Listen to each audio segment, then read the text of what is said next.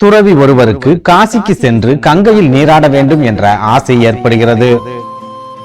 ஆனால் துறவி இருக்கும் இடத்திலிருந்து காசி வெகு தொலைவில் இருப்பதால் காசிக்கு எவ்வாறு செல்வது என்று துறவி குழம்பி போயிருக்கிறார். இந்த சூழலில் நம்மிடம் ஒரு குதிரை இருந்தால் 4 நாட்கள் பயணம் செய்து காசியை அடைந்து விடலாம் என்று அந்த துறவி திட்டம் போடுகிறார். அந்த நொடியில் இருந்து தான் வாழும் ஊரில் உள்ள மக்களிடம் குதிரை வாங்குவதற்காக துறவி பிச்சை எடுக்க ஆரம்பிக்கிறார். சில மாதங்களிலேயே அவர் திட்டமிட்டபடி ஒரு அழகான குதிரையையும் வாங்கி விடுகிறார். துறவி வாங்கிய அந்த குதிரை மிகவும் பலசாலியான ஒரு குதிரையாக இருந்தது. அதே சமயம் கோபக்கார குதிரையாகவும் இருந்தது. இதனால் அந்த துறவியால் மிகுந்த சிரமத்திற்கு பிறகே அந்த குதிரையில் சவாரி செய்ய முடிந்தது. தன்னிடம் இருக்கும் குதிரை சவாரி செய்ய பழகிவிட்டது என்பதை புரிந்து கொண்ட அந்த துறவி கொஞ்சம் கூட தாமதிக்காமல் காசியை நோக்கிய தனது பயணத்தை துவங்குகிறார்.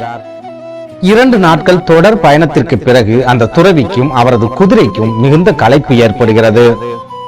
அந்த சமயத்தில் துறவியின் கண்களுக்கு சத்திரம் ஒன்று இருப்பது தெரிகிறது.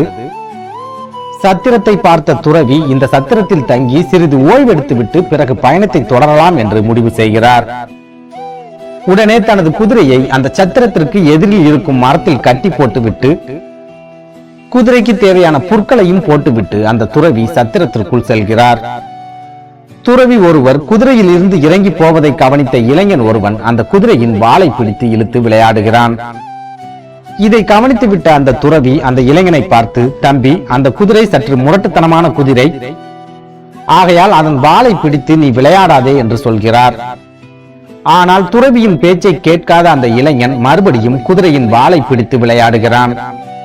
அப்போதும் அந்த துறவி இளைஞனை பார்த்து, தம்பி, அந்த குதிரையை விட்டு விலகி வந்துவிடு, எனது குதிரை உதைத்தால் உனது பற்கள் அனைத்தும் உதிர்ந்து விடும் என்று கூறுகிறார். ஆனால் அந்த இளைஞனோ மீண்டும் மீண்டும் அந்த குதிரையின் வாளை பிடித்து இழுத்து கொண்டே இருக்கிறான். ஒரு கட்டத்தில் வலி தாங்க முடியாத அந்த குதிரை தனது பின்னங்கால்களால் அந்த வாலிபனை எட்டி உதைக்கிறது. குதிரை உதைத்த வேகத்தில் அந்த வாலிபனின் முன்பக்க பற்கள் அனைத்தும் உடைந்து போகிறது. இதை பார்த்து கதறி துடித்த அந்த இளைஞன், இந்த முரட்டு குதிரை எனது பற்கள் அனைத்தையும் நொறுக்கிவிட்டது, இந்த அநியாயத்தை யாருமே கேட்க மாட்டீர்களா என்று கூச்சல் போட ஆரம்பிக்கிறான். அவனது சத்தத்தை கேட்டு அந்த இடத்திற்கு வந்த துறவி அந்த இளைஞனை பார்த்து, என்னுடைய எச்சரிக்கையை மீறி குதிரையின் வாளை பிடித்து இழுத்ததால் தான் குதிரை உன்னை உதைத்து விட்டது, ஆகையால் என் மீது வீண் பழியை சுமத்தாதே என்று கூறுகிறார். ஆனால் துறவியின் பேச்சை கேட்க மறுத்த அந்த இளைஞன் துறவியிடம் இருந்து மிக பெரிய அளவில் நஷ்டஈடு வாங்க வேண்டும் அல்லது அந்த குதிரையை வாங்க வேண்டும் என்ற திட்டத்துடன் துறவியின் மீது மன்னரிடம் புகார் அளிக்கிறான். இளைஞனின் புகாரை விசாரித்த அந்த மன்னர் துறவியை பார்த்து, இந்த முரட்டு குதிரை உங்களுடையதா என்று கேட்கிறார். ஆனால் மன்னர் கேட்ட கேள்விக்கு பதில் எதுவும் சொல்லாமல் அந்த துறவி சிரித்துக் கொண்டே நிற்கிறார். இதை பார்த்து குழம்பி போன மன்னர் அந்த துறவியை பார்த்து, உங்களது குதிரை இந்த இளைஞனை மிகவும் கொடூரமாக காயப்படுத்தி இருக்கிறது, அதற்கு தாங்கள் என்ன சொல்கிறீர்கள் என்று கேட்கிறான். ஆனால் அப்போதும் அந்த துறவி ஒரு வார்த்தை கூட பேசாமல் மன்னரை பார்த்து சிரித்துக் கொண்டே நிற்கிறார். இதை பார்த்து குழம்பி போன மன்னர் அந்த இளைஞனை பார்த்து கோபத்துடன், வாய் பேச முடியாத ஒரு துறவியை கூட்டி வந்து எனது நேரத்தை நீ வீணடித்துக் கொண்டிருக்கிறாய் என்று சொல்லி சத்தம் போடுகிறார்.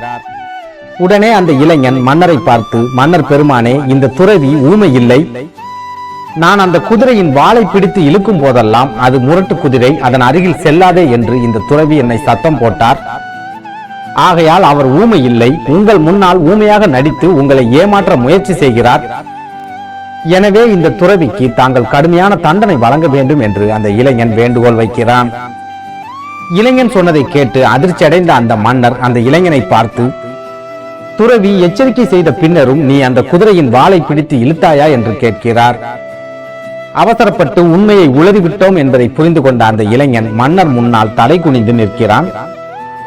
அப்போது அந்த துறவி மன்னரை பார்த்து, மன்னர் பெருமானே, தங்களுக்கு உண்மை தெரிய வேண்டும் என்பதற்காகவே நான் ஊமை போல் நடித்தேன், ஆகையால் என்னை மன்னித்து விடுங்கள் என்று சொல்கிறார். துறவி சொன்னதை கேட்ட மன்னர் அந்த துறவியை விடுதலை செய்து அந்த இளைஞனை சிறையில் அடைக்க உத்தரவிடுகிறார்.